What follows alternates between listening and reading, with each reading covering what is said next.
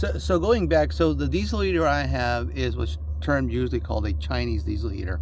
It's a generic diesel heater. It isn't like a Webasto, anything like that. It costs about $150, $200.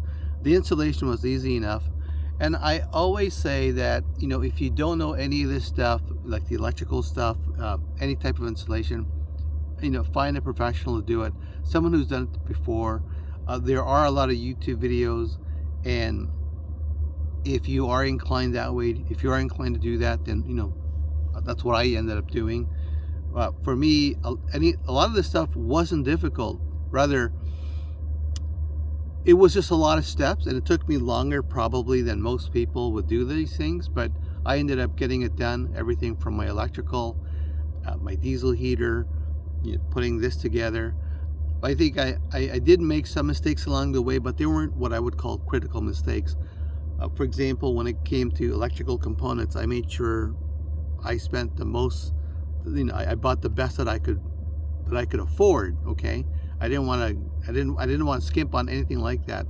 The same thing when it comes to wiring to the diesel heater, things like that. I took my time in really understanding what is it, what am I trying to do, what are the hazards of it. I bought a mat that would protect the wires, that would protect certain parts of it. I bought I forgot what you call it. It sort of wraps up the ducting so it doesn't overheat, even though if it did.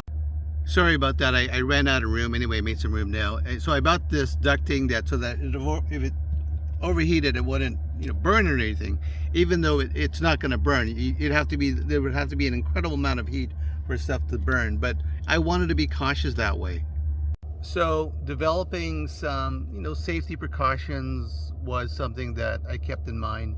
You know, there are a few other things here. There was a subscriber, I think there was a subscriber, or anyways, a visitor came by and they had commented about my ceiling, and I thought it was a very good thing, and so that's something that I'm going to be looking at in the future to see if there's something I can do about the ceiling and how it can be safe. Now, the reality is, you know, I'm in a van build, and it's not a typical van, and the good thing is I'm the only one in here. I'm a solo traveler, and it's comfortable. It's my cabin on wheels.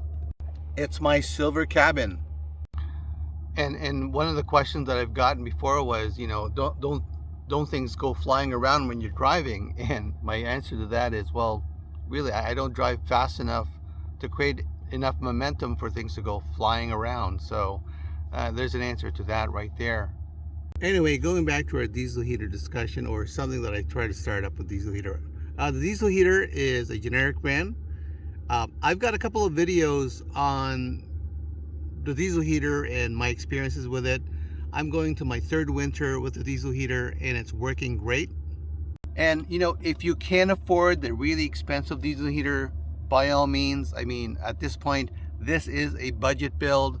My budget build uses a generic diesel heater, and it's been working great for me. I've had zero issues with it, compared to some other users that I know went out and spent the $2,000, $3,000 complete installation and unit, and they're not even their second year and they're having problems. So you go figure it out. You know, and maybe it depends on how much you use it, right? You know, I know in the wintertime I use it all the time, every day. And it's also during winter that I do a lot of my traveling and camping, if that's what you want to call it. And that's because it's easier for me to actually sleep and camp out in my van, because it's much more comfortable. Because in the summertime, it's really hot and humid. It's difficult to sleep. But in the wintertime, this thing becomes a cozy little cabin on wheels that I could chill out and hang out and take wonderful naps and do my writing, my short stories writing. Now, one of the things I would like to do more of is to do more exploratory type of YouTubes, instead of like being cooped up in my little van here. Even though I don't see it that way. It's, you know, I'm happy to be inside this thing. I guess for me, being able to film as I'm moving around, like going through the trails and stuff, it's sort of like just one extra thing I have to do, as opposed to enjoying the actual trail.